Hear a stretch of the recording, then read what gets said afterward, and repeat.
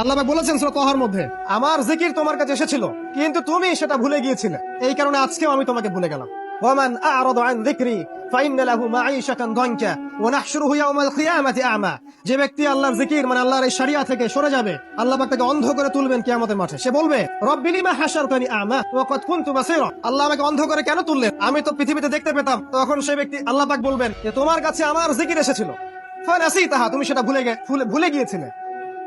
ফানাসিতাহা ওয়া কাযালিকা আল-ইয়াওমা তুনসা। আর এভাবে আজকে আমিও তোমাকে ভুলে গেলাম। নাউযুবিল্লাহ।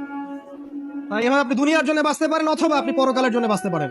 যদি আপনি পরকালের জন্য বাঁচেন, আল্লাহর জন্য বাঁচেন, তাহলে আপনার স্লোগানটা হবে এমন, ইন্নাস সালাতি ওয়া নুসুকি ওয়া মাহইয়ায়া ওয়া মামাতি লিল্লাহি রাব্বিল আলামিন। আল্লাহ, আমার সালাত, আমার সিয়াম বা আমার কুরবানি, আমার সালাত, আমার কুরবানি, আমার ত্যাগ, আমার জীবন, আমার মৃত্যু সবকিছু লিল্লাহি রাব্বিল আলামিন, জগৎ সমূহের প্রতিপালক আল্লাহর জন্য।